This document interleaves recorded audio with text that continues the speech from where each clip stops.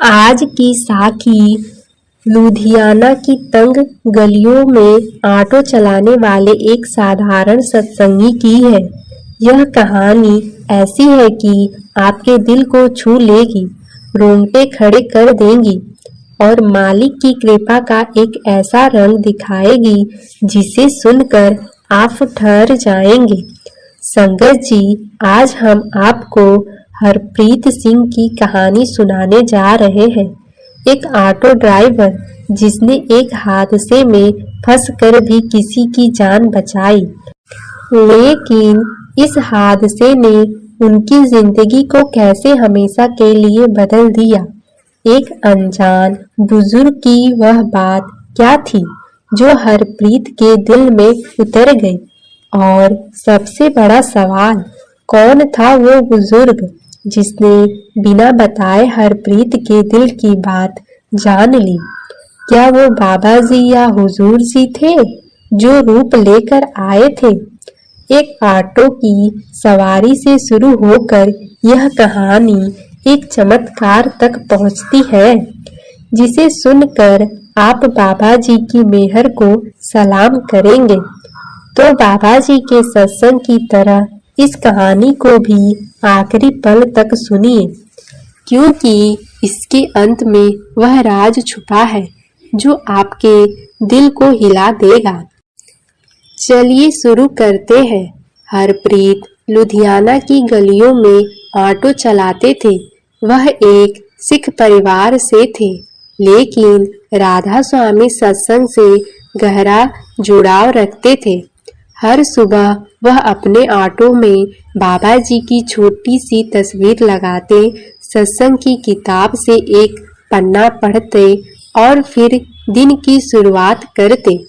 हरप्रीत का जीवन साधारण सा था। सुबह से शाम तक सवारी ढूंढना, घर का खर्च चलाना और रात को थक कर सो जाना। उसकी माँ गुरदेव कौर और छोटी बहन सिमरन ही उसका परिवार थे। पिता की मृत्यु के बाद हरप्रीत ही घर का इकलौता कमाने वाला था।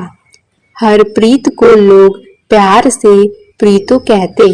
वह हमेशा हंसमुख रहता, सवारियों से मजाक करता और कभी किसी से झगड़ा नहीं करता। लेकिन उसका एक सपना था। वह अपने मोहल्ले के बच्चों के लिए एक छोटा सा खेल का मैदान बनाना चाहता था। लुधियाना की तंग गलियों में बच्चे सड़कों पर खेलते थे, जो खतरनाक था।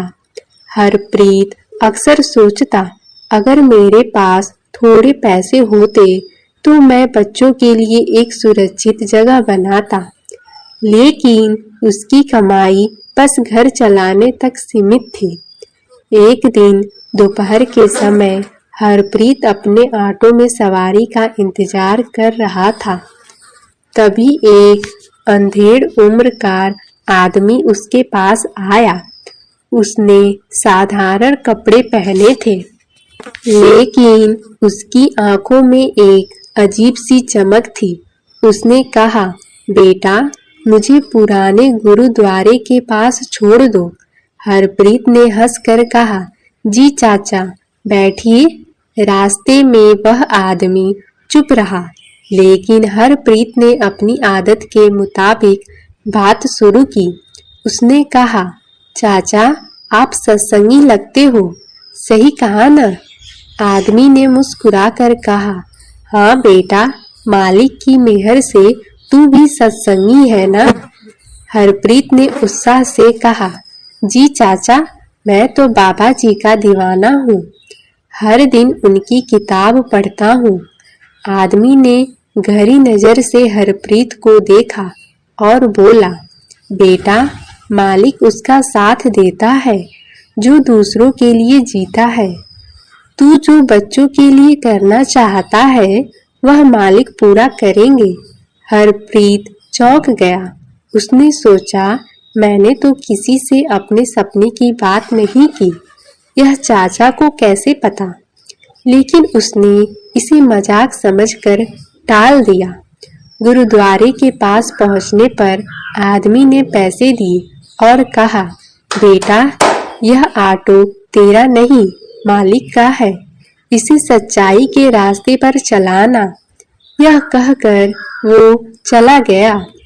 हरप्रीत ने उसकी बातों को दिल से लगा लिया, लेकिन उसे नहीं पता था कि यह मुलाकात उसकी जिंदगी बदलने वाली थी। अगले दिन हरप्रीत अपने ऑटो में सवारी लेकर जा रहा था। अचानक एक तेज रफ्तार मोटरसाइकिल उसके ऑटो से टकराई। टक्कर इतनी जोरदार थी कि ऑटो का अगला हिस्सा टूट गया।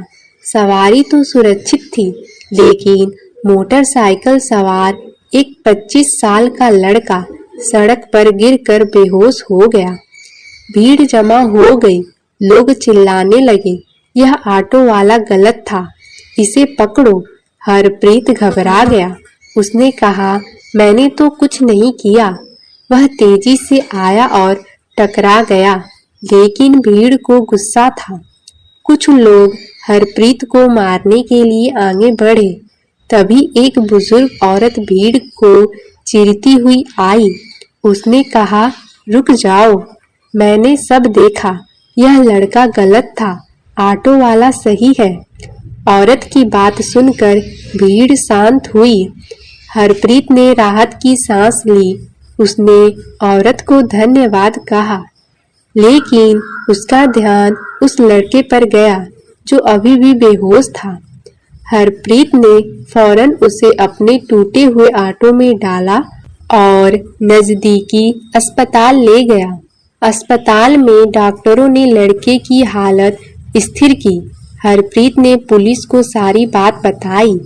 पुलिस ने कहा, तुमने अच्छा काम किया जो इसे अस्पताल लाए, लेकिन तुम्हारा ऑटो टूट गया है। इस लड़के के परिवार को मरम्मत का खर्च देना होगा। हरप्रीत ने कहा, साहब मुझे पैसे नहीं चाहिए, बस यह लड़का ठीक हो जाए। कुछ घंटों बाद लड़के का परिवार अस्पताल पहुंचा।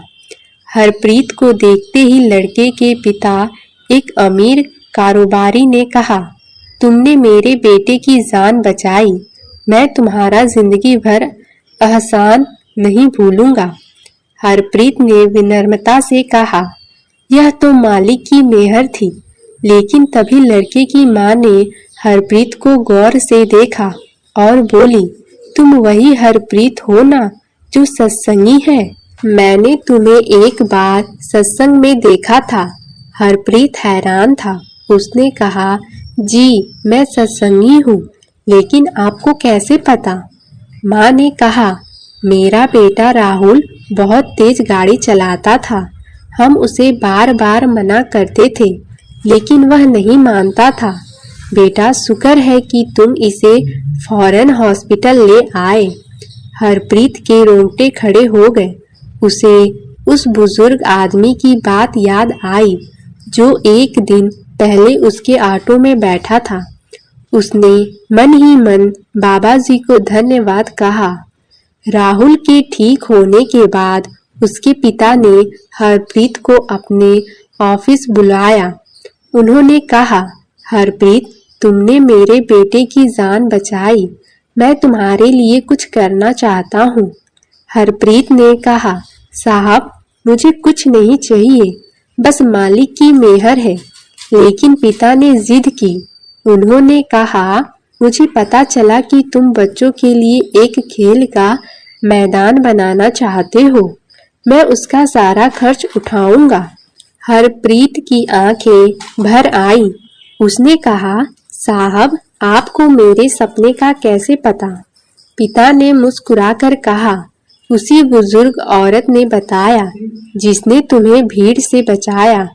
वह हमारे मोहल्ले की सत्संगी है। उसने कहा कि तुम एक सच्चे इंसान हो। हरप्रीत समझ गया कि यह सब मालिक की लीला थी। कुछ महीनों बाद लुधियाना के मोहल्ले में एक छोटा सा खेल का मैदान बनकर तैयार हुआ। बच्चों की हंसी और खिलखिलाहट से पूरा मोहल्ला गूंजने लगा। मैदान के उद्घाटन के दिन हरप्रीत को मुख्य अतिथि बनाया गया। उसने माइक पर कहा, यह मैदान मेरा नहीं, मालिक का है। मैंने तो सिर्फ ऑटो चलाया, बाकी सब बाबा जी ने किया। उस दिन वही बुजुर्ग औरत भी वहां थी। उसने हरप्रीत के कंधे पर हाथ रखा और कहा, बेटा, मालिक ने तुझे चुना क्योंकि तेरा दिल साफ है। हरप्रीत की आंखों से आंसू छलक पड़े। उसे वह बुजुर्ग आदमी याद आया जो उसके ऑटो में बैठा था। उसे यकीन हो गया कि वह कोई साधारण इंसान नहीं था। संगत जी, हरप्रीत की यह कहानी हमें सिखाती है कि मालिक का हर रास्ता एक मकसद से बनता है।